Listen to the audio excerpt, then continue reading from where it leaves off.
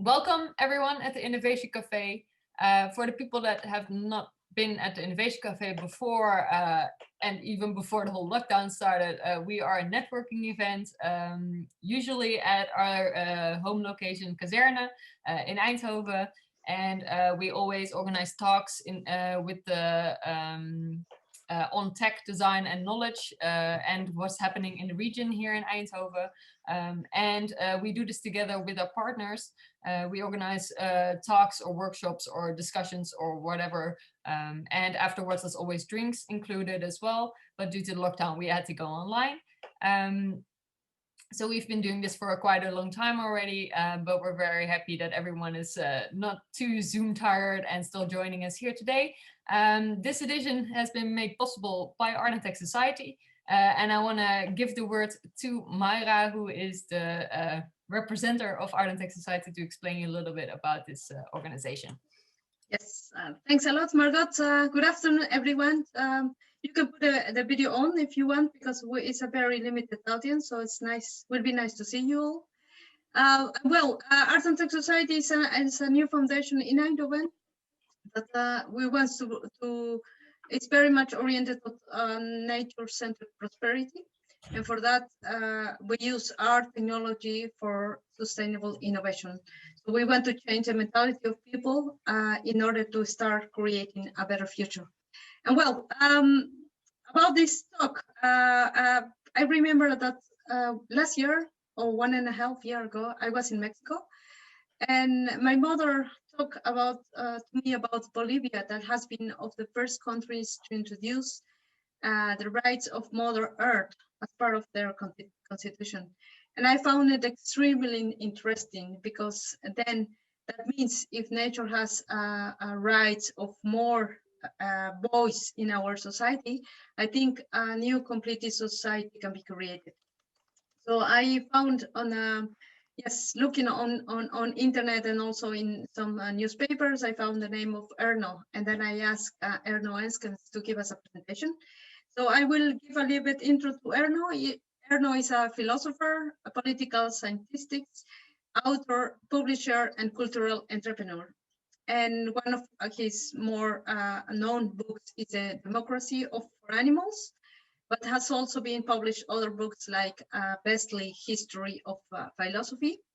And especially the last one, Amor Fati, I found it not related with nature, but I also found it very interesting, because it's also about how we can start changing our perspective to live in a better way, I would say. And Erno, the floor is yours. Thanks a lot for this presentation. Okay, thank you. It's an honor to be with you, and an honor that you will have me. I will talk a bit about rights for nature, rights for ecosystems, rights for individual animals, and rights for individual plants, and maybe even other species.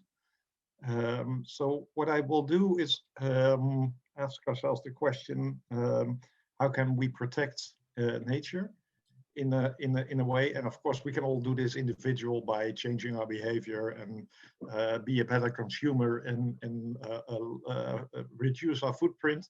These are not topics I'm going to talk about. I'm going to talk about legal options, because as a philosopher, I'm also interested. I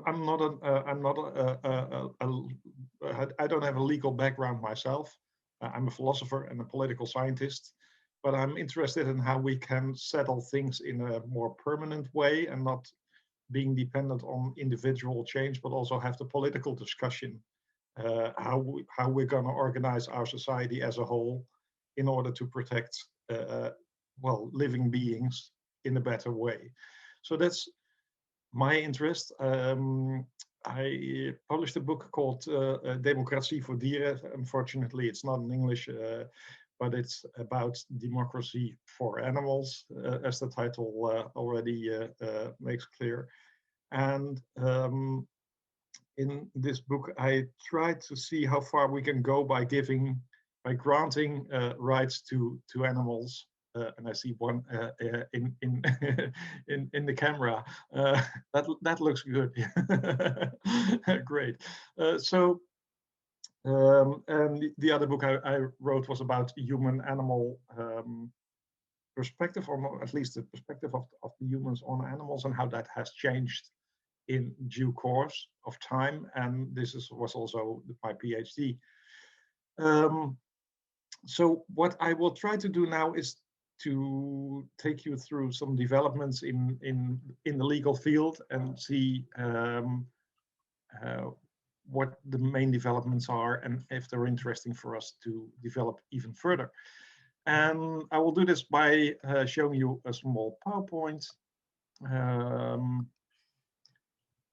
I would like to say we are with a very small group. And since we are with a small group, let's all intervene. Let's do this together. So if you have any questions, or if you have any topics you would like to have discussed, don't hesitate and just ask.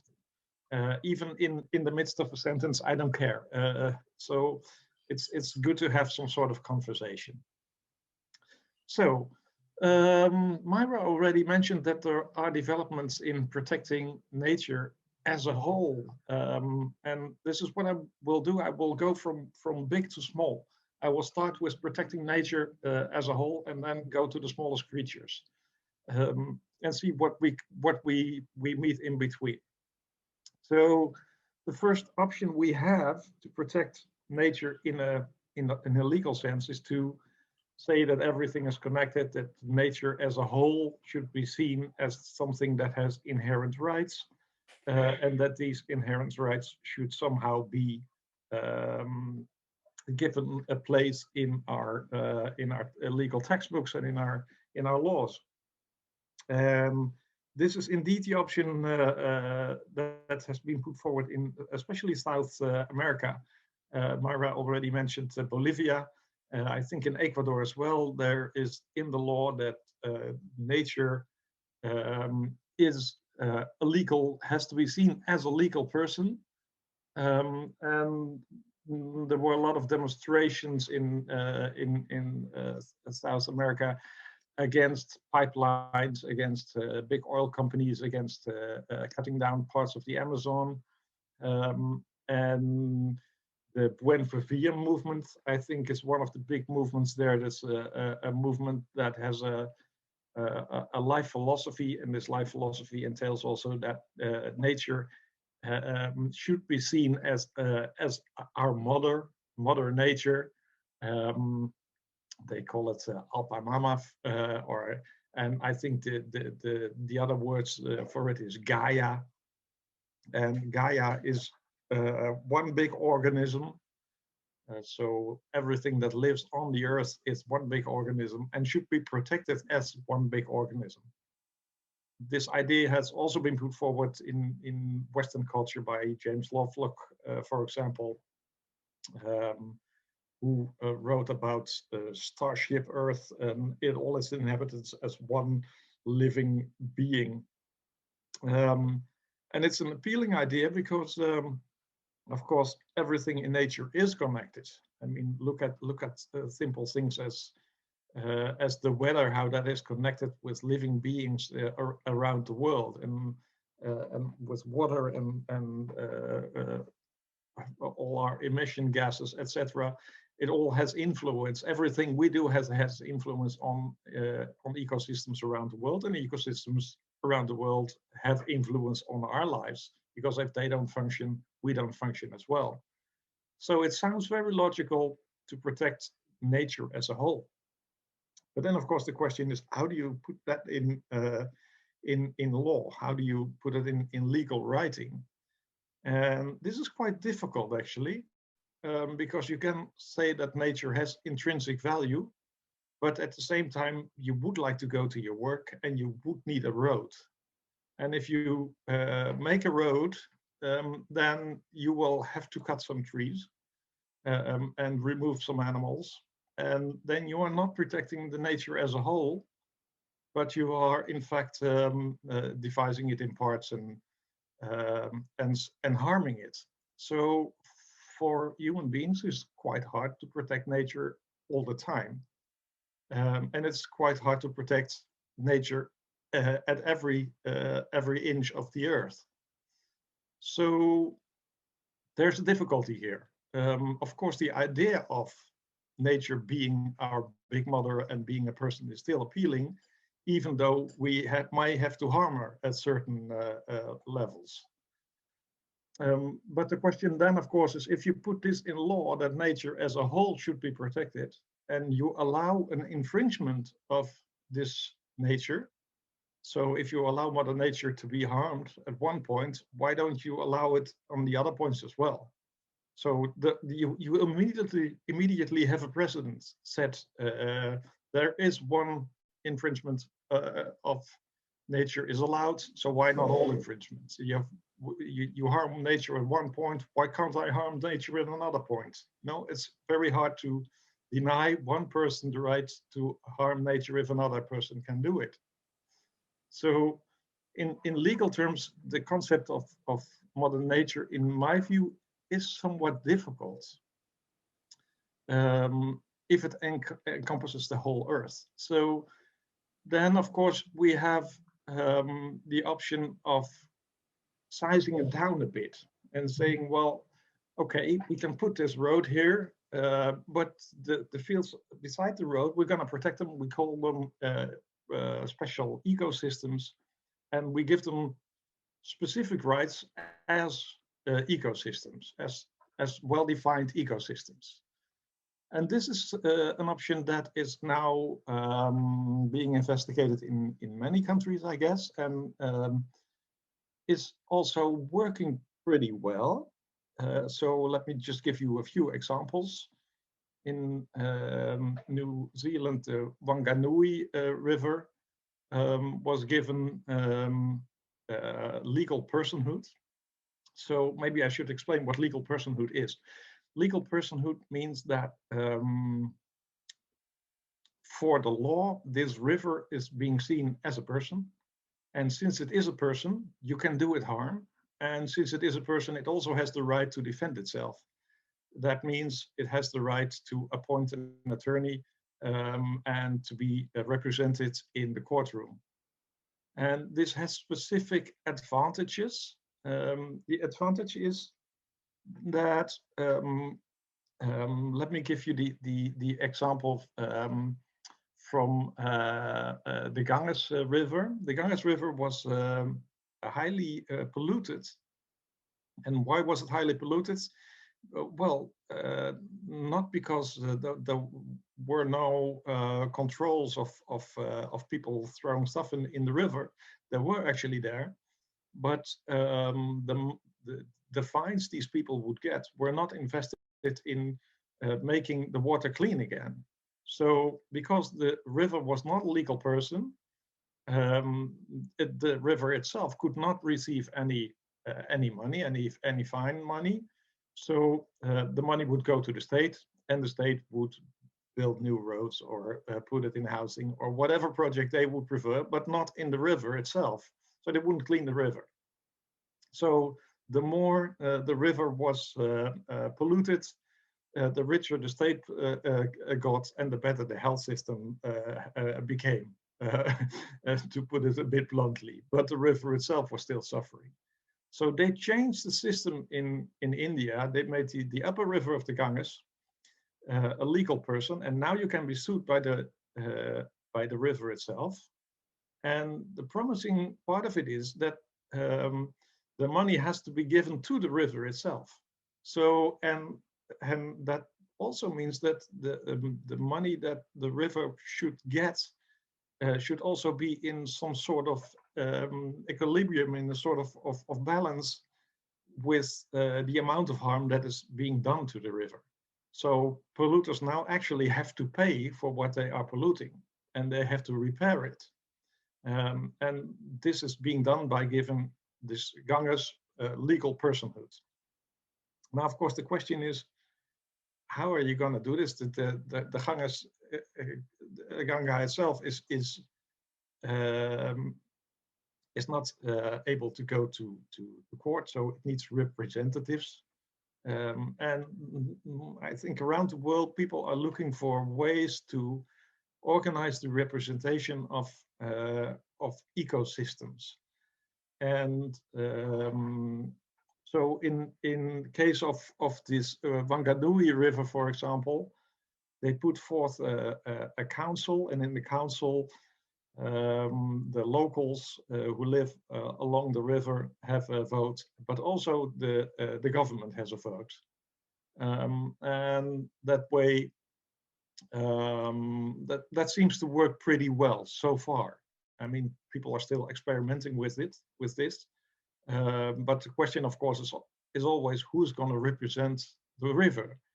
I mean, it's easy to make it into a legal person, but if the oil companies are going to represent them, then we have a totally different river than if the civilians are going to represent them, or if perhaps the fish will represent them. We'll come to that question later. At this point, humans represent the river, which sounds logical because humans can be present in courtrooms and can read legal documents. And they have the persons that are living beside the river and the government representatives representing the river.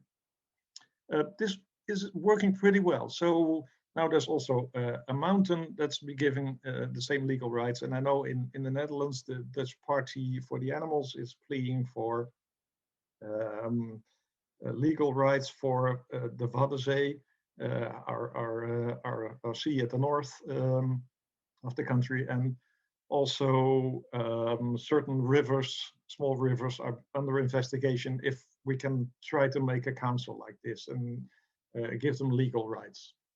I think this is a very promising development at this point, because it will give nature a voice and literally a representation, which is always the difficulty. How do you represent nature? And of course, if nature is a person and it can be represented, then of course also the idea of ecocide might work. I don't know if you heard of the term ecocide. It's the idea that we as humans are not only able to commit genocide by killing lots of people, but we're also able of committing ecocide, which means killing the ecosystem, a specific ecosystem. And of course, this is quite a controversial concept. And why is it controversial? Because it's hard to give it a legal, a good legal embedding. And why is this so? Because if you talk about genocide, for example, in genocide, you have one ethnicity killing another ethnicity. And this is being done by intention.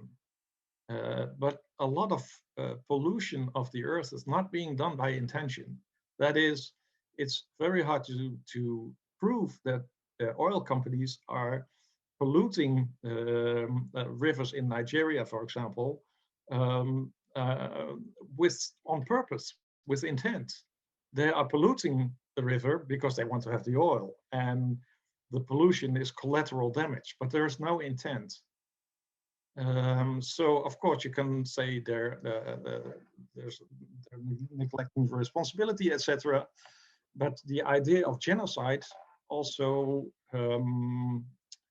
well, it presumes the idea of some form of intent, and I think this will be hard in court to prove in the case of ecocide. So I'm not quite sure if this whole ecocide movement is going to make it in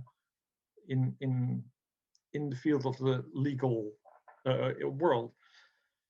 The idea of ecosystems granting them legal personhood, that will work definitely. It's already working. But ecocide is a very difficult term, I think, even though I do, of course, sympathize with this movement, because we do need to protect the environment from mass destruction. So then there's another problem that we have if we're talking about respecting ecosystems in a legal way, and that is the I call it the problem of the leaping frog. Because there's always one animal that jumps out of the ecosystem. Let's say this frog. If it's on this side of the line, then it is protected because it is in an ecosystem. But if it moves 1 meter to the other side, it's not protected anymore. And that feels strange to us.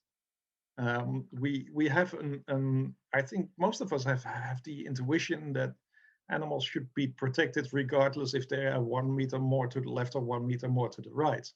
So you can't draw the specific lines where one ecosystem ends and where the other begins.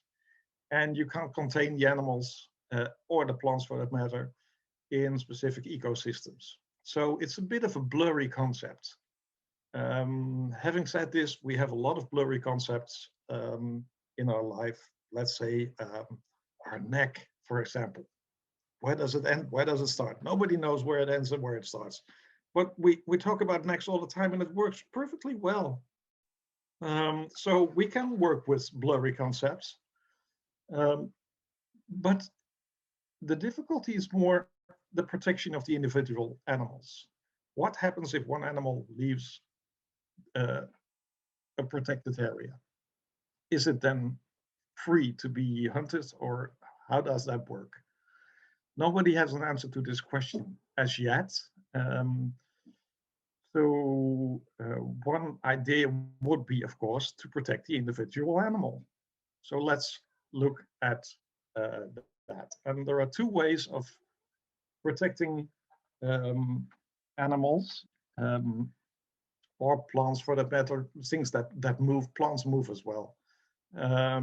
Things that move, living beings that move. We can protect them in two ways, either as individuals or as social groups. Let me start by telling you a bit about the movement that wants to protect animals, specifically plants is still, I don't think there's yet a movement for protecting animals in social groups. This movement should arise, and it will arise, I presume. But at this point, it's basically about animals. So what we have is the idea of a multicultural society where people live in, and where you have, for example, specific groups, let's say people in certain areas that are poor and they need some extra money, or they need some extra education program or whatever. We can make policy that will help groups that are in need, in other words. And if we do this with humans, and we do this with humans all the time, and it's a perfectly working idea, I guess, then why don't we do it with animals as well? Well, this was the question that was put forward by Sue Donaldson and Will Kimlicka, two Canadian philosophers, and they wrote a book called Zoopolis. And in Zoopolis, they described animals as group creatures living in groups, and they want to protect the group.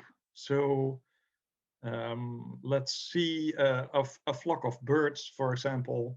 They do not only want to protect the individual bird, they want to protect the flock as well. And so they say we should make some distinctions between animals, because we have different sorts of animals. We have animals that are completely in the wild, and perhaps we should leave them alone as much as we can. And we have animals that are liminal, as they call them. So these are animals that live within our cities, but still have some form of wildness. Let's say the rat or the pigeon or the duck in our city parks.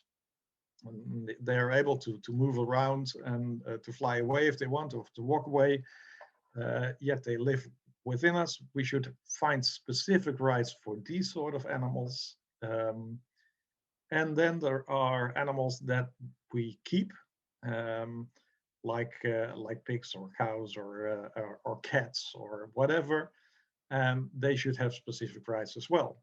And in their book, they are putting forward different types of rights we can make for different types of groups. and seeing, finding ways of protecting groups that are having difficulties with surviving, basically. And this is a very promising approach, I think, because it's also a political approach to nature, which I find appealing, that it's not just, nature is not something that is out there and is away from us and maybe we should deal with it. No, we have different levels of nature, different types of animals, different types of group forming within animals, different types of inter-human animal relations, and these all require specific laws. I think that is an interesting idea and something that will be worked out more in detail in the next couple of years. And we will hear more from this multicultural approach, in a sense, to the issue of protecting living beings. As said, so far it's just about animals, but I can imagine that we can also do this for other living beings. It still leaves us with the leaping frog, unfortunately, because what happens if an animal moves from one group to another group? Let me give you an example of this. Let's say geese. We have wild geese. Wild geese should be left alone, Sue Donaldson and Kimberly Carr states. Then we have liminal geese that live in our parks.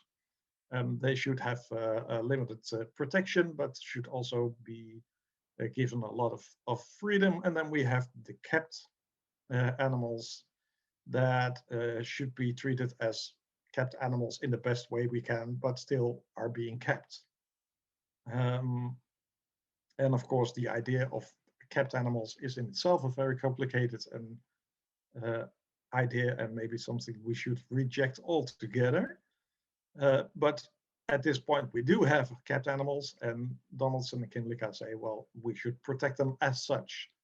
So what would happen if one of these kept geese would escape from the barn and become a liminal animal or a wild animal? Well, in that case, Donaldson and Kinlicka say their rights immediately change. So once they're out of the barn, they have different rights. And in a sense, it sounds logical because you want to protect, for example, a flock of geese. They see a flock of geese that is wild. They see that as a sovereign nation flying in. That's an interesting idea, isn't it? So it's a sovereign political group as such that is flying in a country and leaving a country at another point. But to me, it is also difficult to see that the rights of an animal immediately can change from one point to another depending on its circumstances if we determine the circumstances as human beings. And of course, we do this all the time because we keep animals and we organize ponds where these animals can live in, and we also have wild animals that we sometimes try to capture, or we try to deviate them from certain airports, or etc. So we do intervene with these lives, and if we intervene, then to me it's I find it a difficult concept that the rights of the animals can change if we intervene with their lives. So this idea might work. It might still work despite my criticism that I have here. And I'm still in favor of this idea. But the individual animal does need individual rights that are that strong that they protect the animal in all cases, independent, I would say, of the specific group that it is in, or independent of the specific ecosystem that it is in. And then these rights for specific groups or specific ecosystems, or perhaps for nature as a whole, may come in at a later stage or at the same time, but at least as a sort of secondary law that you first have intrinsic rights that are unalienable for each individual animal, and why not for each individual plant, I would add, and then see what we can do extra to protect groups and ecosystems and nature as a whole. But I would think we need to start with the individual, because otherwise law will get quite messy and you have different types of laws and it will feel counterintuitive. That's what I would say. So I would say that we need to take the rights of all individuals into account. And the question, of course, is how are we going to do this? Because it's very hard to give animals an opportunity to speak in a legal court or to give them political representation. I think more and more people have the idea that we should give them a voice and that the cries of animals should be interpreted as a political voice. At least this is my opinion. But this leaves the question open, how are we going to organize all of this? And what does it mean if individual animals or even individual plants get rights? So let's investigate a few developments in this field. Are there any questions in the meantime? Feel free to join in and ask whatever you have in mind you would like to ask. I have a question. Hi, yeah. So this concept is new to me. I think it's really interesting. It's quite fascinating. My question is, if we afford nature these rights, do we also have to afford them the same responsibilities as the people person? So for example, in the case of the river, if there's a monetary fund associated to the river, and that river were to overflow and let's say damage a village, would the village be able to claim from the river? And would, for example, the river have to pay taxes on the monetary fund as a concept? Okay, thank you. This is a very interesting question. Usually we have the idea that if you grant rights to a certain person, they also have certain obligations. And of course, you could organize this, I guess. But there's also the idea that if, for example, let's take a baby, for example. A baby has certain rights which are unalienable, yet at the same time it has no responsibilities. So we have the opportunity of granting rights to specific persons or legal persons without putting any responsibilities on the other side of it. Yeah.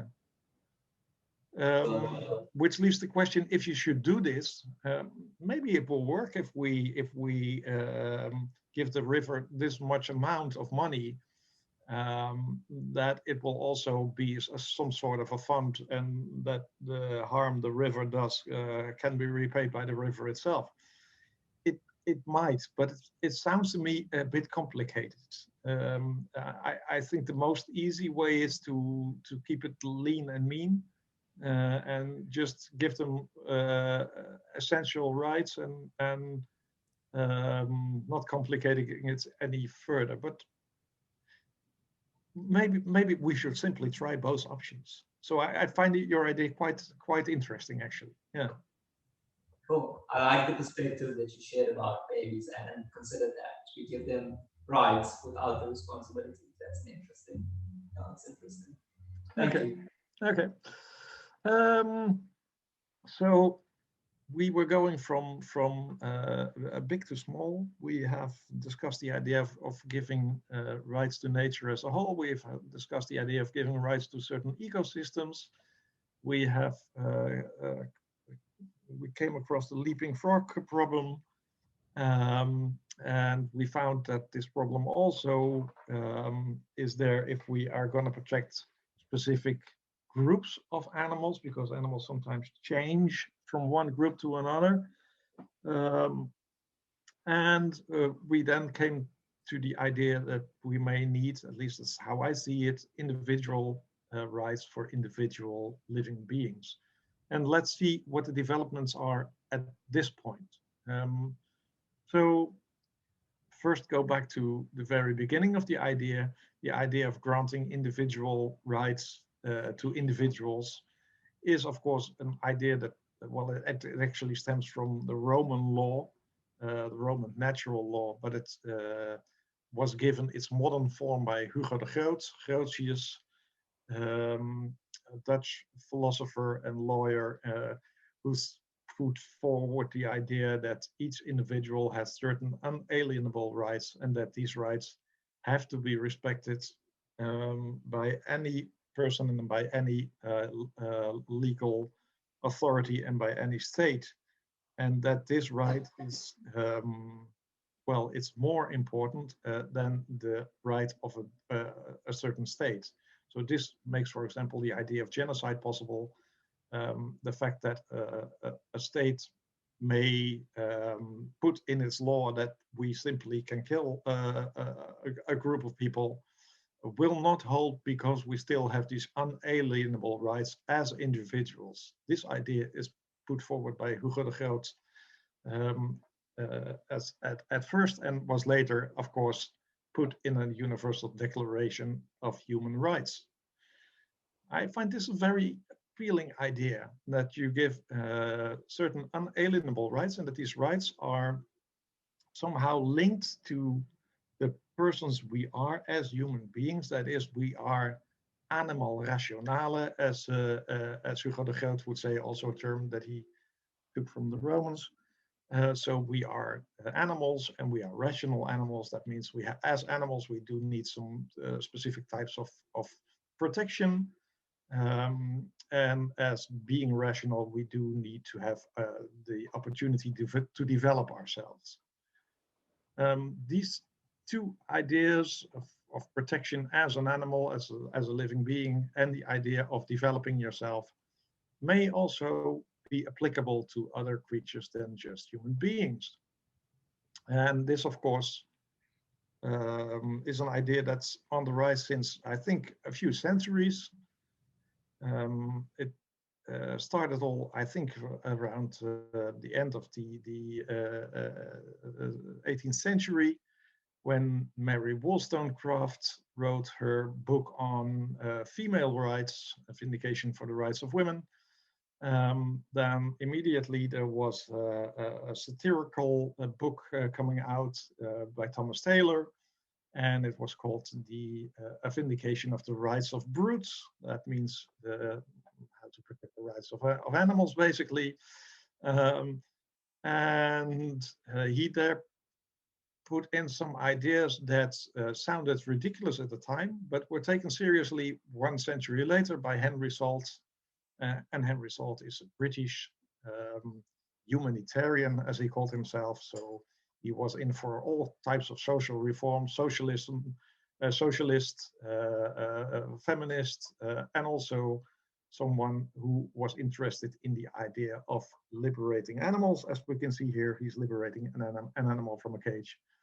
And he put forward the idea that the rights of individuals cannot be withdrawn from other living beings than just humans. So if you grant rights to humans on the ground that they have a body and they do, for example, feel pain, you cannot deny the same right to animals that also feel pain. If you have the right to be free of hunger, for example, then it is very strange to refrain from these rights for animals, because it's the same problem, basically. And I find this a very appealing idea. I'm now working on with some people on a translation of this book, so it will finally be available in Dutch as well. I'm a publisher at Noordboek, so that's why I can organize these things, which is very fine. So, but the idea of animals' rights is highly connected with the idea of female rights and with the idea of rights of slaves, etc. And as we can see, this struggle for individual rights is now on a new height, because especially in the countries that have Anglo-Saxon law, people are trying to get individual animals they're trying to get judges to change the legal status of individual animals. So let me tell you a bit about the legal status of animals now. Animals are being seen by most laws as things with specific capacities. So there are things in the sense that you can own them and that you can trade them. They have certain specific capacities. For example, they have the capacity to feel pain or to be thirsty or whatever, and certain duties for humans follow from that. So the animal has no rights. It's basically we as humans have the duty to give the animal a proper food and a shelter, etc. And why do we have this obligation? Well, we have this obligation because it's a part of human decency. So it's not a part of the intrinsic right of the animal. No, it's a part of human decency. And it would go into good morals if we would violate the life of animals in an indecent manner. So this idea of decency and duties for animals has its flaws, because if well, we try to be as decent as we can in most of the cases, but we also try to be a bit naughty. The protection of the animal is quite weak as long as the animal is not able to, well, as long as the animal has no standing in court, as they call it. So if the animal is not able to sue you for what is being done to it. And of course, this idea of changing the legal status of animals is now tried in the Anglo-Saxon countries. And why in the Anglo-Saxon countries? Because lawyers in the Anglo-Saxon countries have the capacity, the ability, they're allowed to make laws. And this is different from the law system that we, for example, have in the Netherlands. If we want to have new laws, we go to the Tweede Kamer, to our government, and they have to make the law. But in Anglo-Saxon countries, judges can do a bit more on this in this regard. And so in different countries, Argentina, Colombia, United States, and Pakistan at this point, there have been a number of cases where animal activists have put forward the idea to the judge that the legal status of the animal has to be changed, and that specifically animals that look a bit like us, bigger animals, mammals, that they should be seen as persons and that they should have the same inherent rights as human beings have. And they always say, well, look at the past. We didn't grant rights to women at first. We didn't grant rights to people with another color or to slaves. We all changed that. Why can't we change this as well? And actually, in Argentina, it already worked. This line of thought. So this judge Maria Alexandra Mauricio gave a verdict on November the 3rd of 2016, in which he said that Cecilia, the chimp that you see in your screen, has individual rights and should be seen as a legal person. And this would mean, and the question is, of course, what does it mean? Well, in this case, it meant that she was kept in a small concrete cage, and she was released. She gained her freedom. Of course, you can't release a chimp that has been in captivity for over 20 years.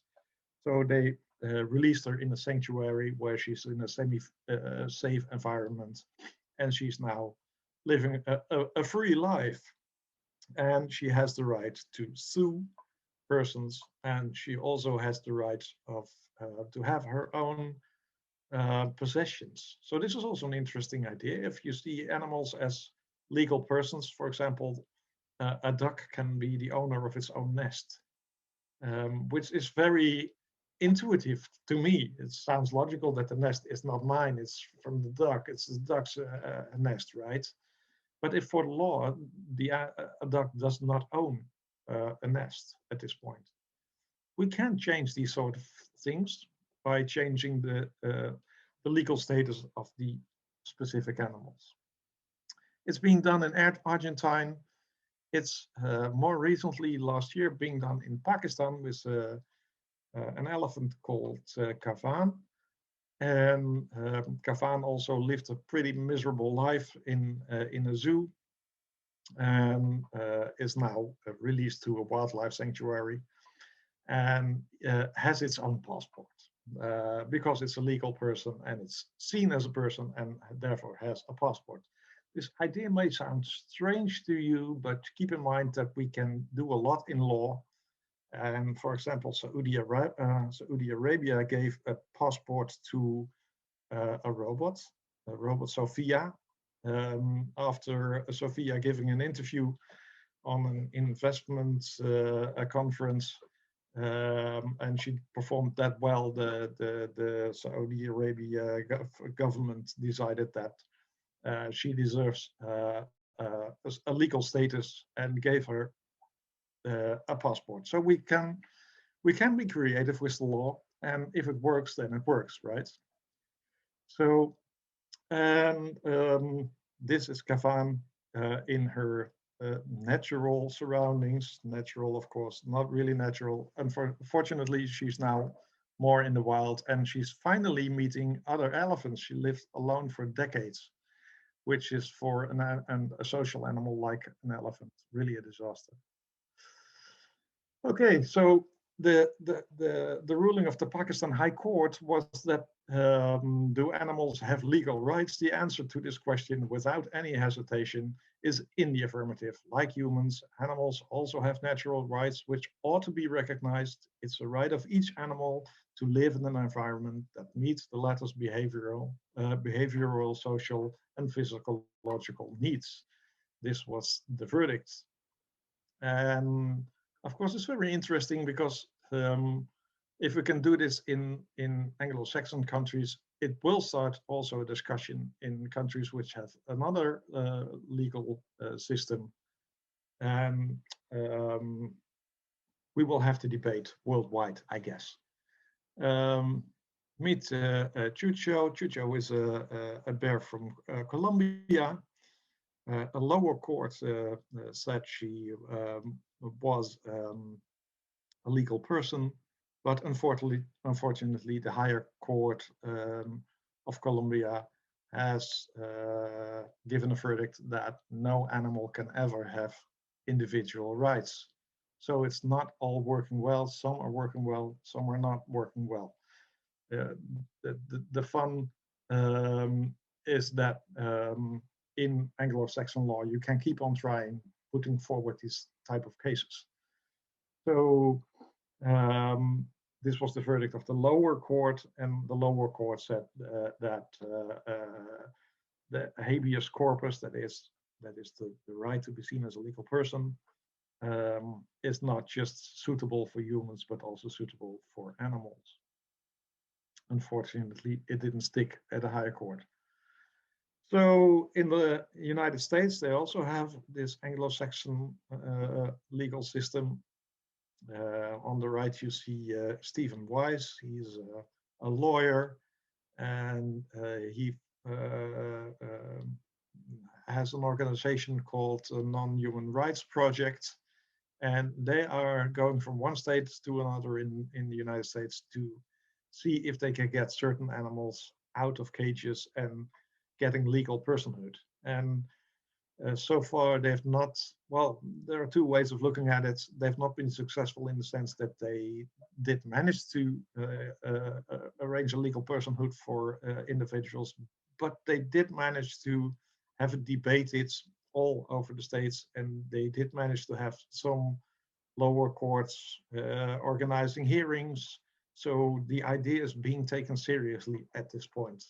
And of course, if more countries are going in this direction, then it will be easier for the United States as well to go in this direction. We have to organize this by going to the Hague or to Brussels or to any other of our political centers. So this leaves the question. We're going from big to small, right? So we started with nature as a whole, and we came to groups and the ecosystems, and then to specific groups, and now we're talking about animals. And so this raises, of course, the question: how about plants? And this is a difficult question, and our intuitions may differ on this point. I find that intuitions differ a lot, actually, on the point of plants. So let me just give you a few ideas why we could give them rights. The first idea of giving them rights, of course, is: would it matter to the plant if it has rights or not? Would it make any difference? For the animals, it's quite obvious that it does make a difference, because their situation improves and they can feel that the situation improves. They have some sort of a notion of improvement. But does a plant have a notion of improvement? This, of course, is a question that we need to answer. And this is a difficult question because plants have no nervous system. They have no brain. So how can they see if their situation deteriorates or improves? Well, I would say that we should give them the benefit of the doubt. And there are some signs that they do at least feel. So let me start with a few details. Most plants have more senses than we do. I mean, we have a 6, right, or 5 or 6, depending on what you count. But plants have 21. So they not only sense light, but they can also sense movement. They can sense humidity, they can sense gravity, they can sense specific, they can smell, for example, if one plant is being attacked by a herbivore, then it will give off some certain substances and warn plants in its direct environment. So plants do have a communication system, and they communicate with each other. And they also have a very complex communication system within themselves, which is organized by chemical processes and by electrical processes. And there are signs that plants actually make choices as well. So there's research by Stefano Mancuso, an Italian plant researchers, who did research on plants that are just coming out of the ground, and they need some sort of a stick to move upwards, right? And once they come out of the ground, they first move around a bit. They detect what is in their environment, but they will not immediately throw themselves around one of the poles that is in their surrounding. No, they will first make a round and make a second round, and then they'll decide. And the question, of course, is how do they decide? Nobody knows precisely. There is research on the roots of animals, that the roots of animals also make a lot of decisions on in which direction they move.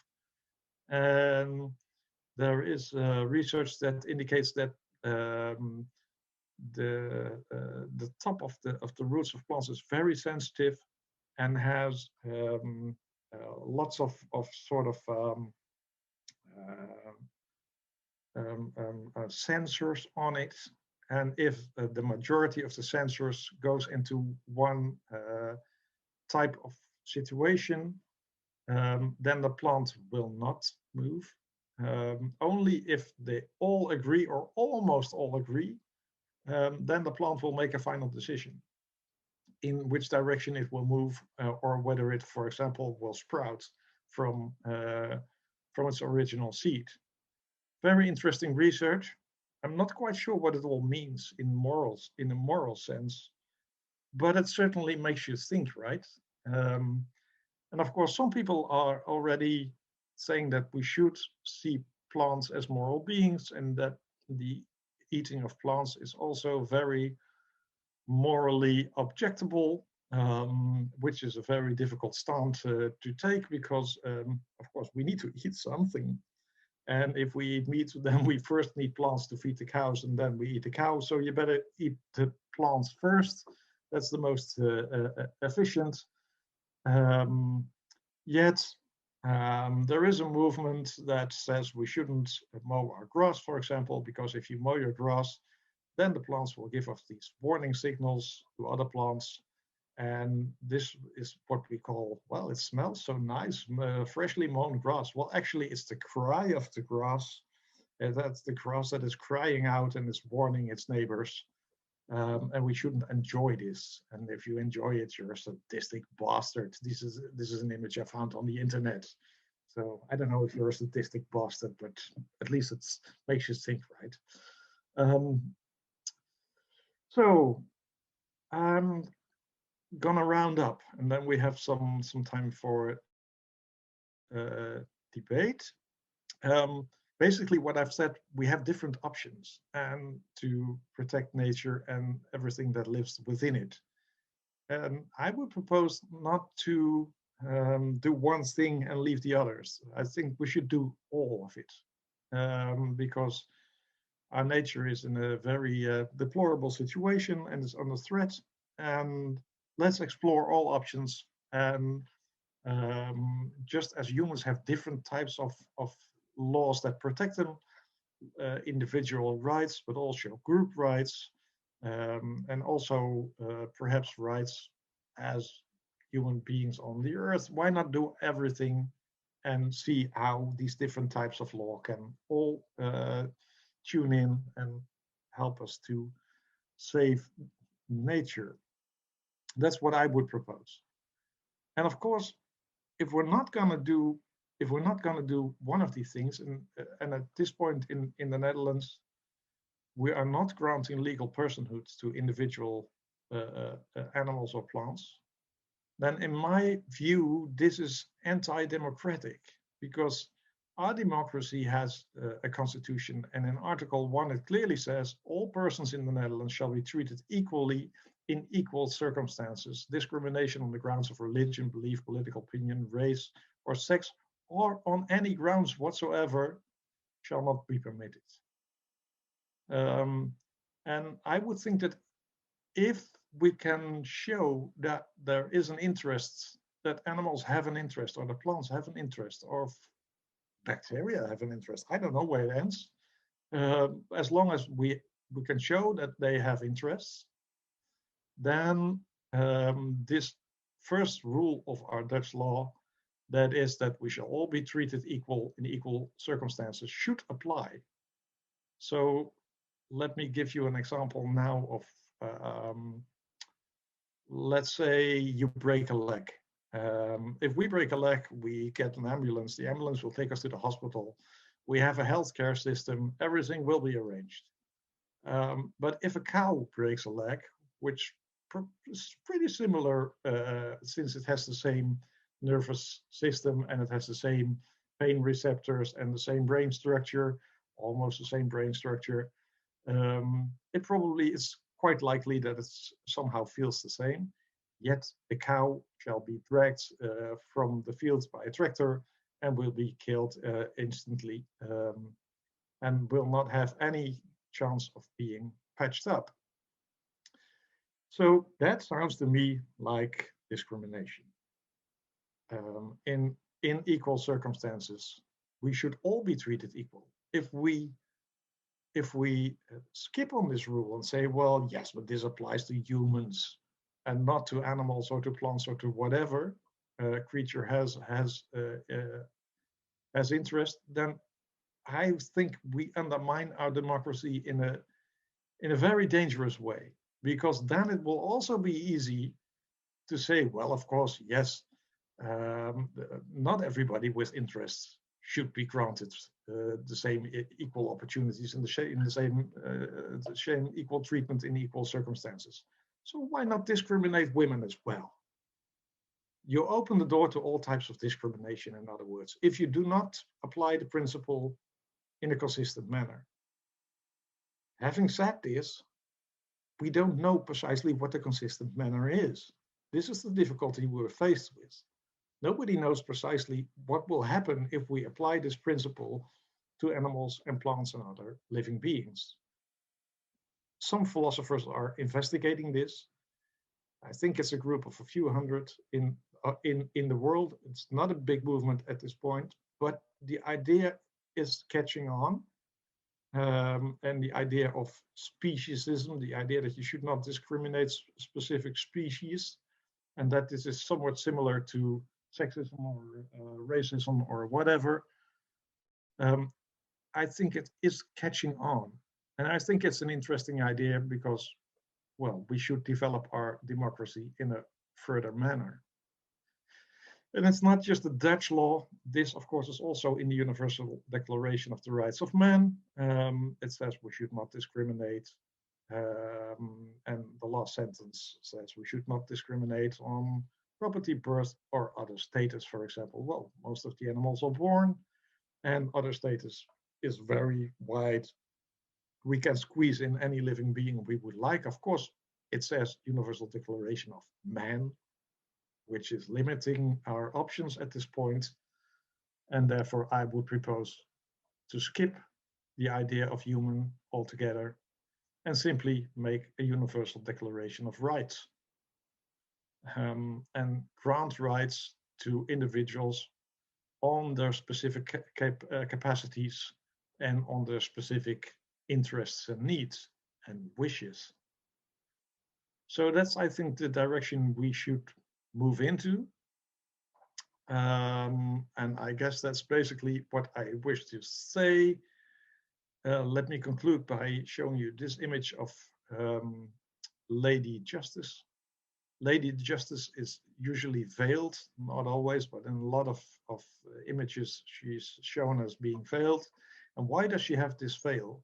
She has this veil because she does not wish to see who stands in front of her.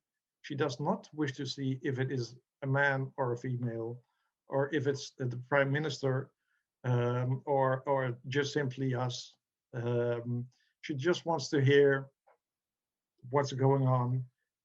If you drive through a red light, you get a fine, and the prime minister will get the same fine. That's the idea of justice. So don't look at who is in front of you, look at the issues at stake. And if we do this, I think we can improve our law in a way that will be much more inclusive for nature. So this would be the direction that I myself would like to develop a bit further. And I'll just stop the sharing now so we can have some debates. Basically, that's the direction I would like to develop further, and I will develop further in a future book. But the other directions, of course, as mentioned, on protecting the Earth as a whole and the ecosystems and the groups should be developed as well. Did it make sense? Thank you. Yes, thanks, Erno. Please. Who's talking? Yeah. Well, I think it's myself that I see the echo. No, thanks a lot, Erno, for this talk. It's a little bit, I would say, it's a little bit complicated because this is for very much legal perspective, which is something, I don't know, at least for me, it's new. But it's very interesting because then I know what are sort of the obstacles, especially in the Western societies, to change to protect nature. What I see during your presentations, for instance, is that it's easy to give rights to specific individuals specific groups, but for animals or for beings that are not being seen, like bacteria, virus, or fungi, I wonder if they are also part of nature, and nature, in fact, is a very much complicated and interrelated system. So makes difficulties to differentiate one species to the other, because they help each other and they need each other. Yeah, I don't know, how do you see this situation? Does it really work to make a personhood to some specific groups or animals, plants? Well, I would say we need to grant rights to the ecosystems precisely for the reason that you say, because it's so complicated, it's all interacting, and it's very hard to protect just individuals. We're not getting there by only protecting individuals. For me, it is a starting point, but it's not a point where we end. So we should protect ecosystems precisely because of this interaction, and everything is communicating and relating to each other, and you can't just pick out one type of, let's say you mentioned the fungi. If you cut down the trees, the fungi will get into problems, or at least the other way around. If you kill the fungi, then the trees will get into problems. So if you want to protect the tree, you have to protect the fungi. So in that sense, it does make sense to protect ecosystems as a whole. Then your question implied, how far will you go? Will you actually protect fungi or viruses? Viruses is difficult. Viruses is difficult because they do not fit the proper requirements to be called life. They do replicate, but they replicate via a host, and basically it's a bit of genetic information that is being pushed around. So I might still consider it, actually. Yes, but I think a virus is part of the whole system, but virus also help to reduce certain species or make another equilibrium. So yes, I think yes, you're right. But this also accounts for water, for example, and this is why we need to protect water as well. Even though water as just H2O has no living substance or something, it may be considered a thing, and thus but we can see how. Well, I think this is maybe the main point of my talk, that we can be creative as law. That we can say, well, maybe a virus is just like water. You may consider it to be a thing, but if it comes in handy to protect it in another way, why not try that? If we need viruses to survive, I think we have a bit too much at this point. But your question is a bit hypothetical. Well, of course, the virus now is very controversial, but no, but you are right. We do need viruses for life. Wouldn't exist without viruses, I guess.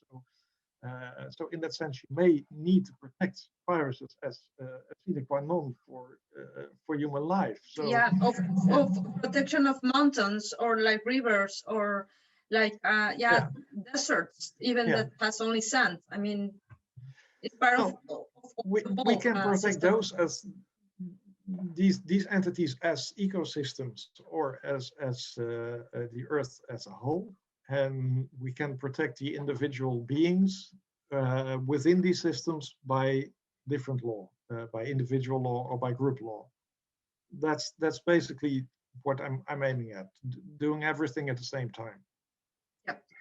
Yeah. Maybe some questions from the public or the audience. Yes, I have a question. Thanks for your presentation. It was very interesting. I wonder what your perspective is on actually eating animals and plants. Okay. Yeah. Thanks for your question.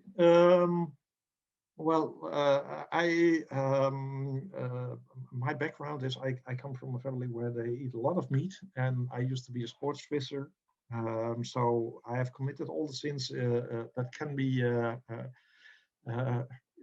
and I don't know if there's any forgiving for it, but at least I try to improve my life a bit on this in this respect. I first became vegetarian, and I'm now for over a couple of decades a vegan. And the reason why I am a vegan is that I see no reason to harm animals. And the idea of, well, we can give them a decent life and then eat them is, in my view, not only utopian, because if we all would like to eat meat, then we simply need these big concentration camps of animals. But it's not only utopian. I would still find it a very complicated idea of killing an animal because we do not need meat. Actually, meat is, we eat much too much meat, and it's pretty bad for us. It's related with cancer, it's related with all sorts of zoonoses. We know all about this, I guess, at this point of zoonosis and corona, etc. Which and in our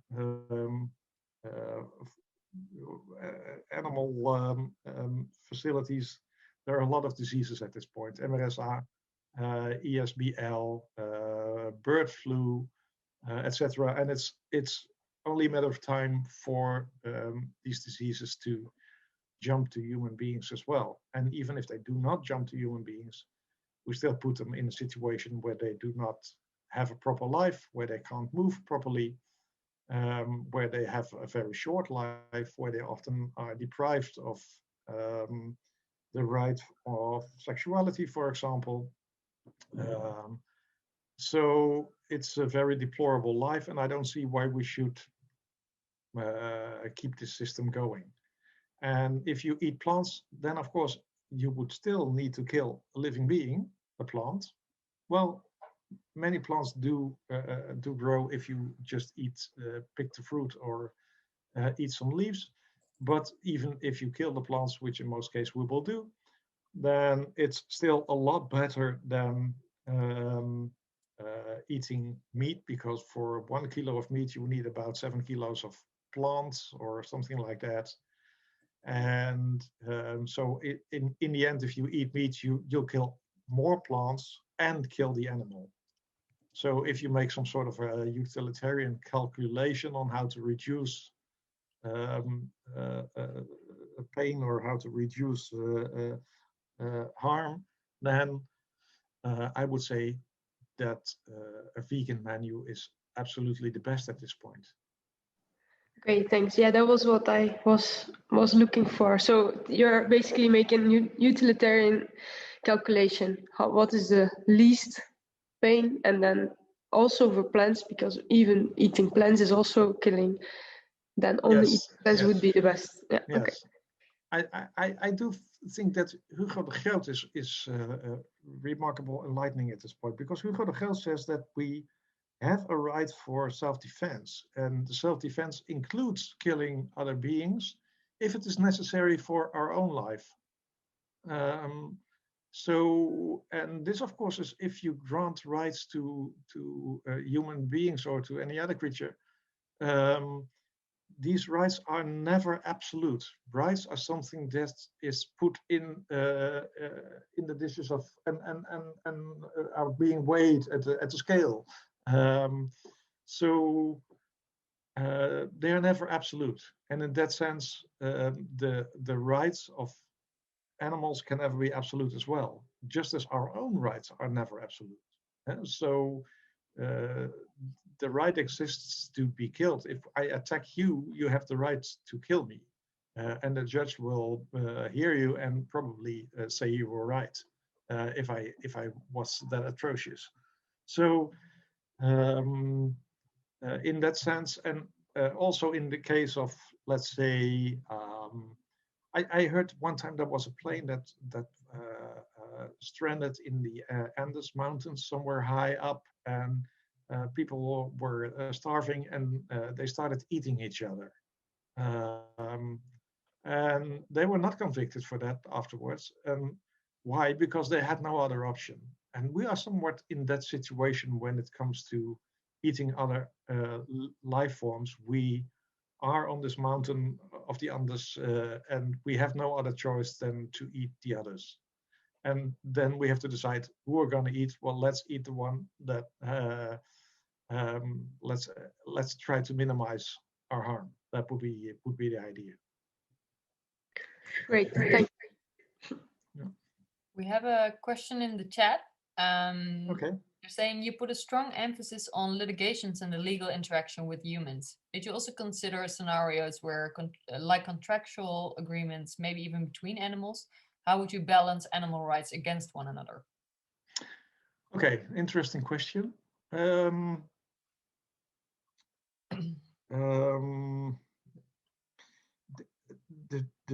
difficulty is we can. I have been in doubt about this question for a long time, and I have different intuitions. One intuition is we should organize a legal system in such a way that all interests are being weighed. So even the interest between animals amongst each other.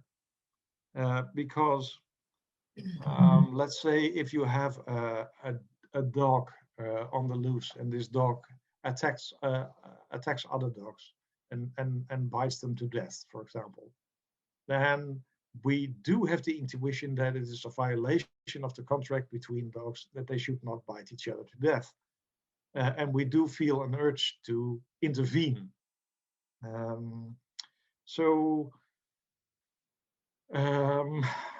The question is, do you have to put everything in law? That's the other question.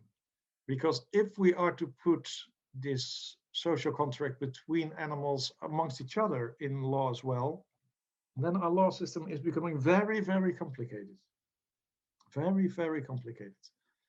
Because you will need supercomputers to get all the interests in, because the animals themselves are not able to put forward where their interests are, not all the time at least.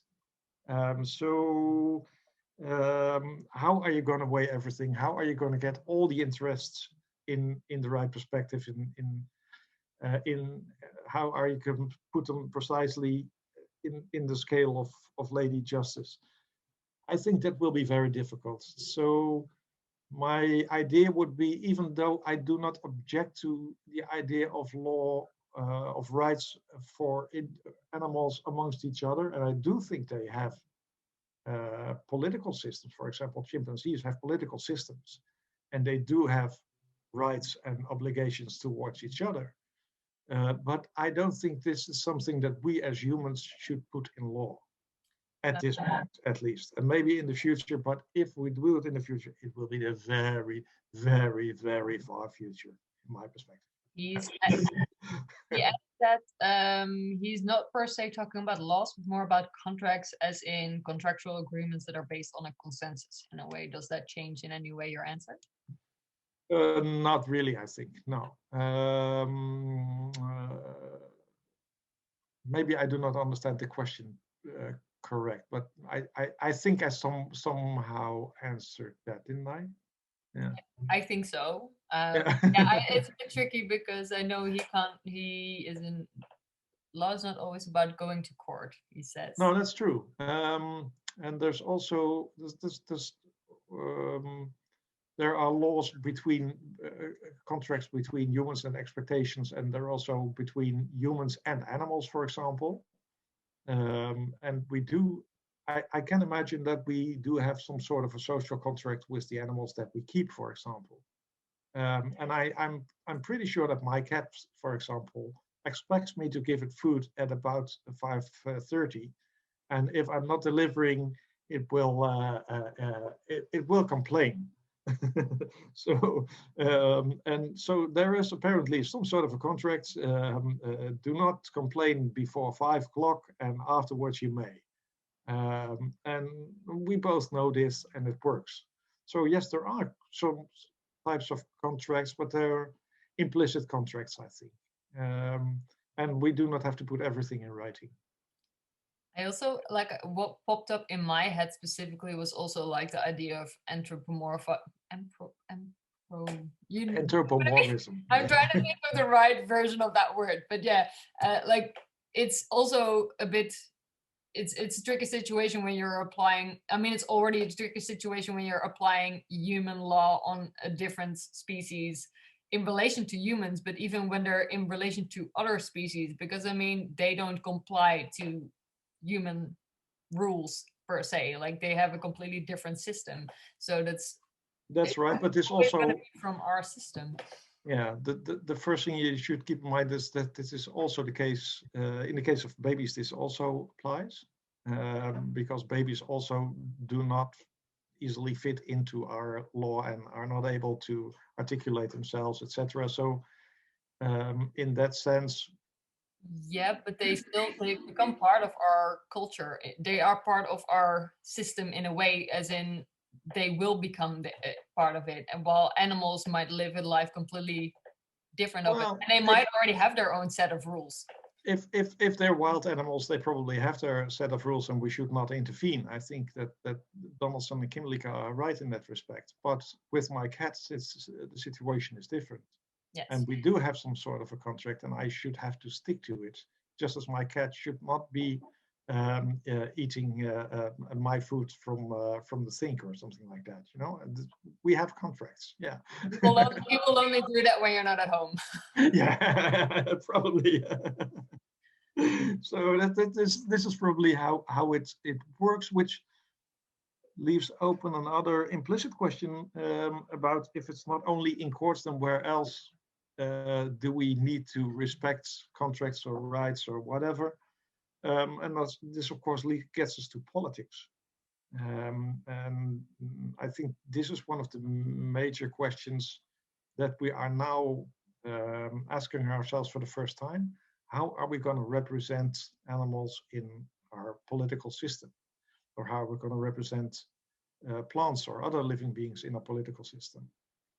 And in my book, Democratie, voor, Dieren, I proposed to reserve a few seats in parliaments for animals and other living beings, and also for future generations of living beings,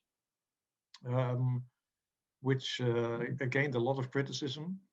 But I've not heard an idea that was better at this point. So I would think that we do need to see that especially animals clearly have a voice. They cry, and they can perfectly show where their interests lay. They can show where they want to flee. They can show where they want to go to. They can show us what they like to eat. They can show us what annoys them.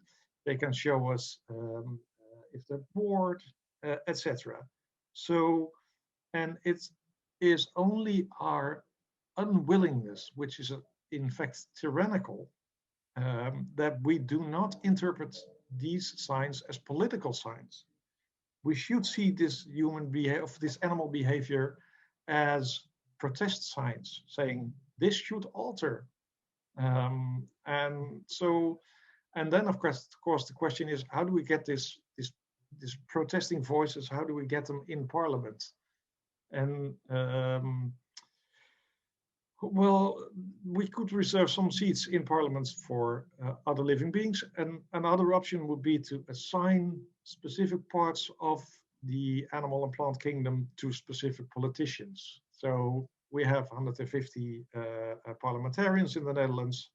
Let's make a taxonomy of everything that lives, divide them in 150 squares, and say, well, you are responsible for that square, and you're responsible for that square. And then at least all politicians will have the task to protect nature and the living beings. That's basically what I'm thinking now. Yeah. But then also, like, I mean, this is just focusing on the Netherlands. And that's also like a super tricky thing, of course, because I mean, how would that work within like the politics between countries in a way? Well, for example, like countries like Japan killing whales in international waters. Like, how would we describe something like that? our international organizations are much too weak. Our international organizations are too weak to protect the climate change, or to prevent the climate change, or to protect animals and wildlife, etc. So, in my view, we should give more power to the United Nations, and turn this organization into a world government that will protect nature as a whole, because it's a condition that we need to live, right? It's a conditio sine qua non, as they say. We cannot live without nature. So, and if we are not able to protect them at the level of countries, and I think it's quite clear that we cannot, then we should be able to change perspective and hand over some power to a higher authority, being the United Nations in this case. So that's what I would propose. Sure. Nationalism will finally kill us. I'm very, I do think the topic is super interesting, and I do think there's definitely needs in this type of way. I'm super skeptical in the fact, like you see certain entities coming up with like giving a mountain this a rights or something like that, but I don't think there's going to be a global consensus on how to do this. I feel like we can't even agree on stuff like this in our own country. So how will we at all get everyone together? It won't happen unless everyone realizes like I think there's something horrible has to happen before people are starting to realize that this is what it takes to get there. I often share your thoughts, and you can become very, very depressed by all of this. Yes. But we have a moral obligation to be optimistic, because if we give up, we will lose everything. In the end, everything. So we have a moral obligation. This is not something I invented. This from Immanuel Kant, I think, who first said that we have a moral obligation to optimism, and I share this perspective. And we should also give it. We should also consider, let's say, for example, the Iron Curtain and the Berlin Wall. When it was the 8th of November of 1989, nobody thought the wall would ever come down, and the next day it happened. Things can move in a very fast way, and in an unexpected way. And maybe we do need some crisis before these things to happen, but we should just continue pushing in the right direction and see where it takes us. At least then we have tried, and our souls are being saved. Yeah. I think a new completely view is necessary, because this Western society becoming very complicated.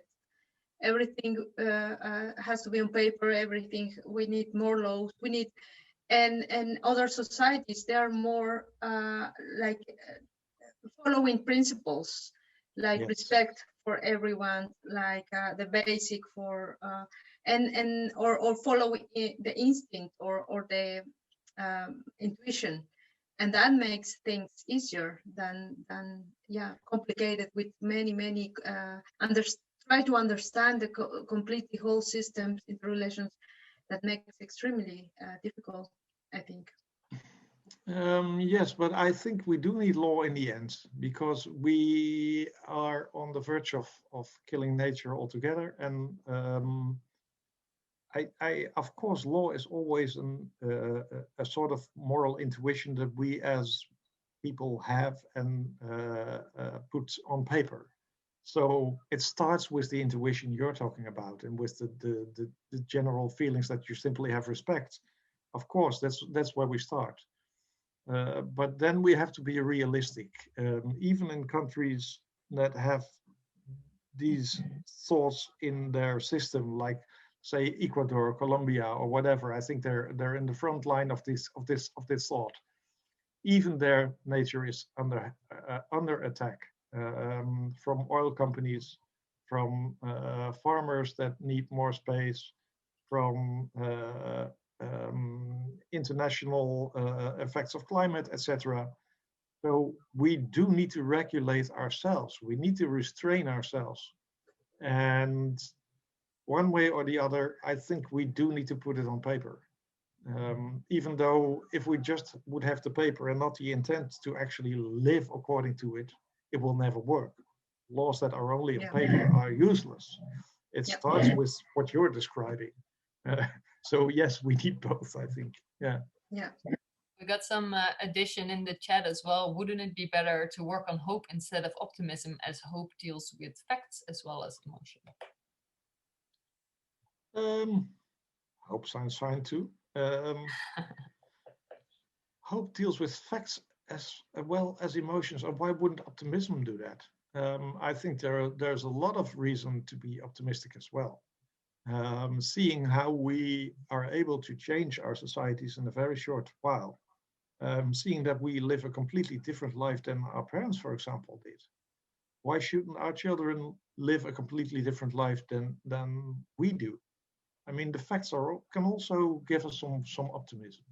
The facts show us that we're doing things quite wrong at this point, but the facts also show that we can change.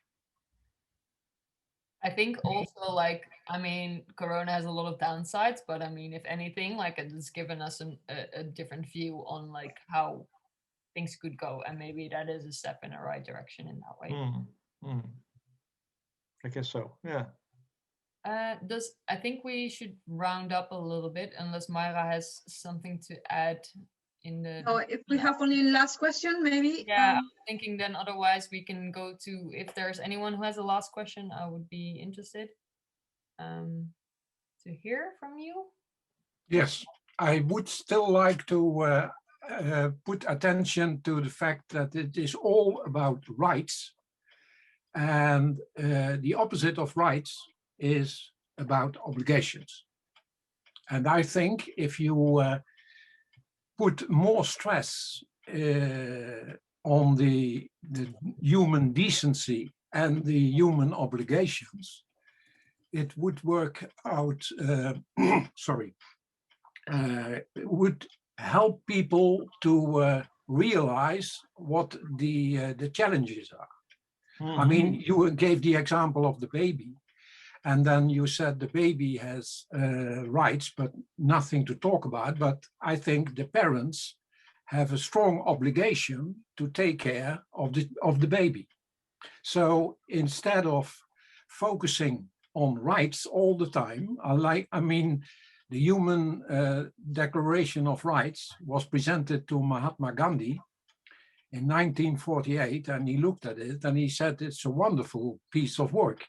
Where is the Declaration of Obligations? So okay. I would like to hear more about that. Thank you. Okay, well, basically, if you put things in a law, then the obligations will follow from the law as well. So the obligations, if you give rights to certain animals, for example, it will immediately give us the obligation to change our behavior and to respect these rights. So in this sense, there is already the part of obligation. If you restrict yourself to obligation, then it will be hard to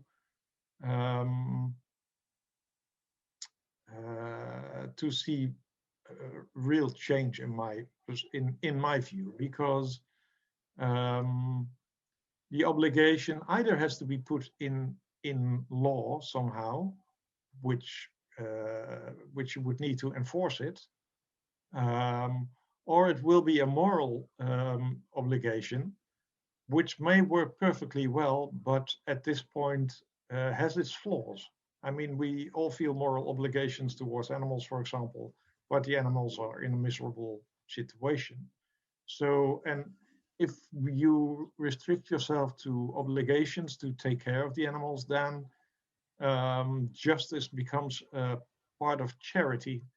If we feel good, we might be a bit better, might give the animal a bit better cage or better food or whatever.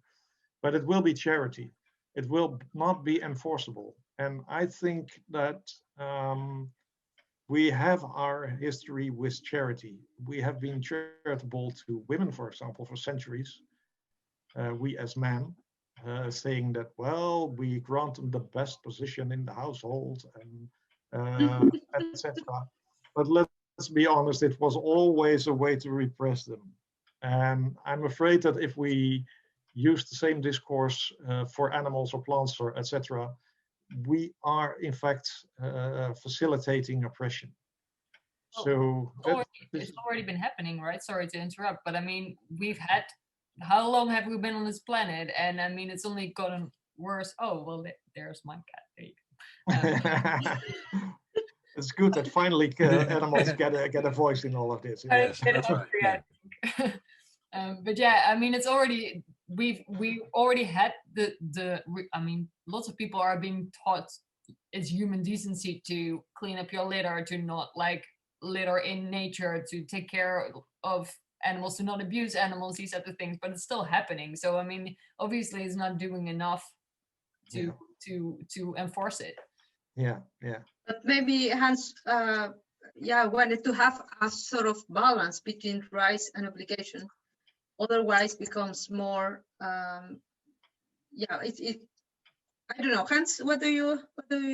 I think that there should be a balance. I mean, now it's only about rights, and I think there's a lot of people who cannot, in any way, imagine that you give a seat in Parliament to the animals. I mean, it's the way to approach and to better things, in which I think that the step to make, I mean, it's a clear case for me as a typical case of the underlying unity of opposites. I mean, rights need obligations. I mean, you cannot have the one without the other. It's like if you want to hire a room, you need somebody to let a room. If you are a buyer, you need a seller. And rights alone stand alone. So there's no balance. Well, that's my problem. I think that rights always imply that we have certain duties and responsibilities. So yes. They do follow from that being said first. And then, of course, there is if you really take this seriously, and I discussed this with René ten Bos, the philosopher who was the philosopher of the nation in the Netherlands. Yes. And he had the same intuition you have, that if you do not have the responsibility, if you cannot take up this burden of responsibility, then you should not have rights as well. So then we started talking about rights for children, for example, and he said, well, children don't need rights because we can respect children and help them by just simply putting forward obligations for the parents and other grown-ups in the environment of children. And of course, you can look at it like that. It's sure, but you have to be consequent. So that would imply, if you really take this thought seriously, that you will take away the rights of children, and because they're somewhat in the same situation as the animals, and also take away the rights of, let's say, mentally handicapped or otherwise persons that are not able to put forward their own interests. So, and to me, that would be a step back in time. Yes, but that's certainly not what I'm saying. I mean, children have rights, but these rights should be opposite or balanced by the obligations of the parents or the elders. I mean, and that's, in that sense. Okay. Yes. Oh, sorry. That's what I mean. I mean, I don't take away the one from the other. Okay, but in that case, this is simply the case. As if we put forward rights for animals, then the obligations for humans to respect those rights are simply following from it. So yes, but what I mean is it's more of a public relations idea or communication. I mean, if you consistently stress rights, lots of people run away. I mean, if you start talking about obligations and the responsibility, then, I mean, you don't change parents by talking about children's rights. Okay. You change parents by talking about their responsibility. Yes. That's what I mean. I do agree with you on this point. So if we do not feel the responsibility, then rights will be just pieces of paper. That's what I mean. So yes. So I think we all share this feeling. The question is, how do we get ourselves to feel responsible? Yeah. And it sometimes helps to ask for rights, like the suffragettes, the women movement asked for rights. Yeah. That forced us men to think different and to take other responsibilities. Of course, it's fine if we take the responsibilities before we need all these rights. If we would do that, fine. In the ideal world, we do not need rights. But we do not live in an ideal world, and I think we should kick the progress in the right direction. So that's basically what I would propose, and considering the idea of marketing of the idea, the public relations, I would say somebody has to be in front of a movement, or has to voice different ideas in order to make any progress at all. And maybe my ideas will go too far for a lot of people. So be it. Good luck with it. Well, I mean, it's your way, but the only thing I find difficult to follow is the stress and the only idea about rights. I mean, if Roman Krasnerik, in his book, The Good Ancestor, he talks more about hope and about responsibility. And I think that would work together very well and better, I think. It may work. Yes, but it's a chance it will work. And I'm at this point not willing to take chances. That's basically why I focus on rights. Okay, thank you. It was very interesting to hear you. So yes, thanks a lot. I think it's time to close. Yes, a lot of our audience has already left. So I want to appreciate Erno for this talk. It was very interesting. So it takes longer than expected, but I mean, everybody was very interested to stay even at the end. So thanks a lot for being here. Okay. And Margot, do you want to close as well? Yes.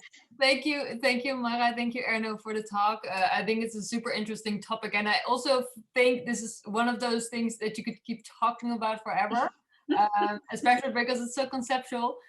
So I definitely invite you for when we get back in live events, please join and we can continue this conversation. And I also want to thank everyone for watching, also the people that are rewatching this.